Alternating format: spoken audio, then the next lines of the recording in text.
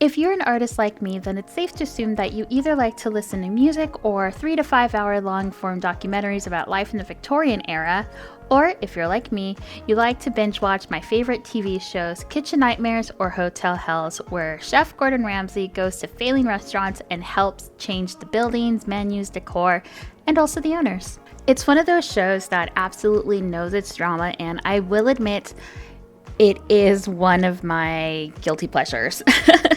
I have binge watched those shows for probably 100 times each one, and during that time, I've come to learn a few lessons that I've applied to my art career that has helped me a lot, and hopefully it can help you too.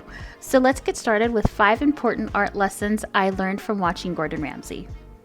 Lesson number 1, be humble and respectful. One constant thing I almost always see in any Gordon Ramsay show is that there is always one person who is either very arrogant and bossy or just a problem. Usually it's going to be someone in management, or it's the chef, or just a random waiter who just wants to bring down the overall vibe of the restaurant.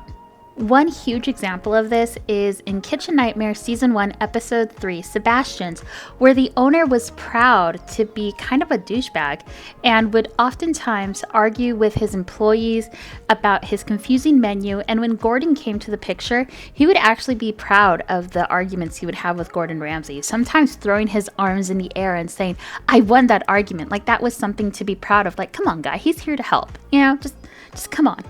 That episode had one of my favorite Ramsay quotes where he said to Sebastian, "I've never, ever, ever, ever met someone I believe in as little as you." The way you act can affect your business in the long run. And in this digital world where all it takes is a 30-second video just talking about how mean you were to that person in an artist alley can really affect your business negatively. So it doesn't hurt to be kind. Lesson number 2, keep your workspace clean.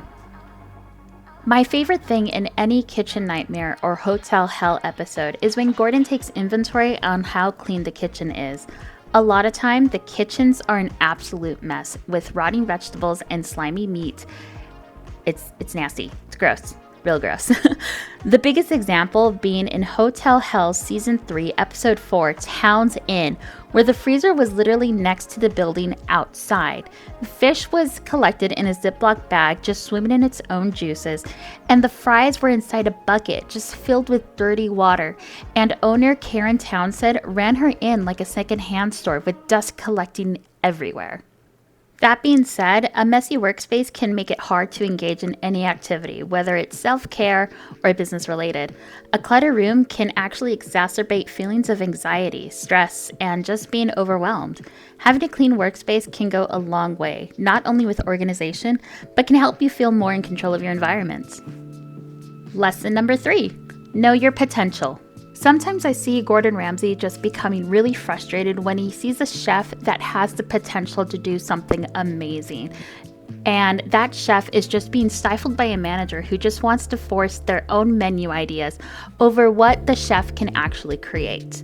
Like in Kitchen Nightmares Season 4, Episode 6, where owner Alan was making his chef, David Blaine, make hamburgers with Wagyu beef that looked raw and tasteless, and buns that were incredibly doughy.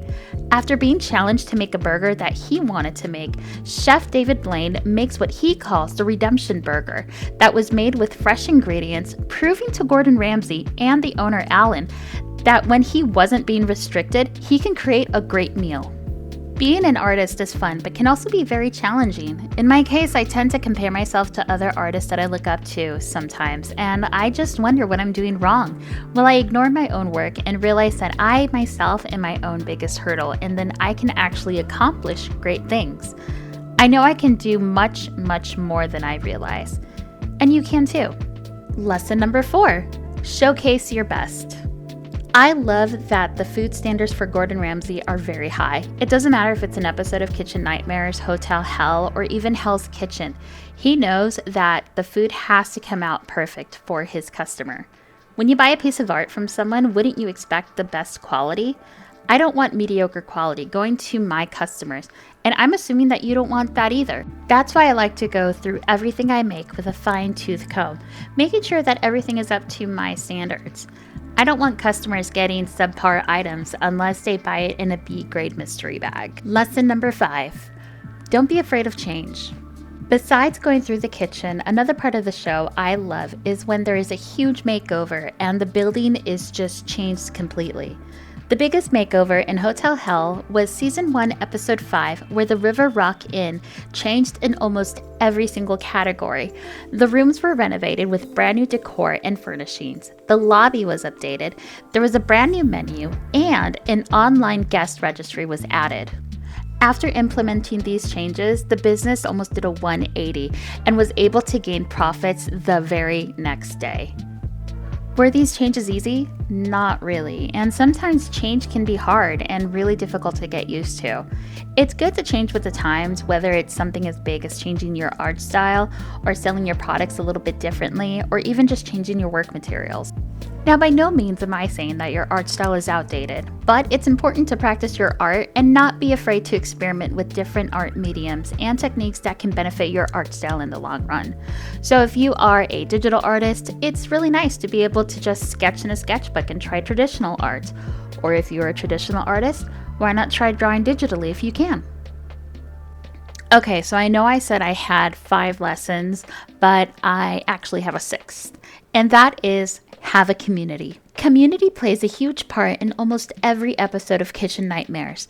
A bad reputation in the community can mean a failing restaurant, which is why Gordon Ramsay will rely on the locals to get ideas on what changes he can make in order to create a new menu. I have found some of my best and closest friends in the local Artist Alley community where we chat almost every day about life and art. It's a great way to find a group of people who are willing to support you, and in turn, you are willing to support them. So being part of an artist community, no matter how big or how small, can really help you in the long run. And those are my 5 lessons plus a secret 6th one that I realized while I was typing my notes. So, not gonna lie, some of these lessons aren't for everyone and they are not easy. Some people will find it hard to keep a workspace clean, but can also change at the drop of a hat. And others can't figure out what their potential is, but can be the nicest person on the planet. If there's anything that you can glean from my overanalysis of a reality TV show, it can be that these lessons aren't just on how to run an art business, but they can also be pretty good life lessons. And here is my completed illustration. I hope you like it. I added a nice little saying that basically compressed everything I said into a nice little quote that I can hang up and look at when I feel like I'm not doing well in my art business or in life. Thank you so much for watching and for making it this far. If any of these lessons can apply to you, feel free to comment and let me know. If none of them apply to you and I am basically just a weird gal who watches way too much Gordon Ramsay shows, comment and let me know too, because yeah, I might have a small problem. Otherwise, I hope you have a great day and I will see you guys later. Bye!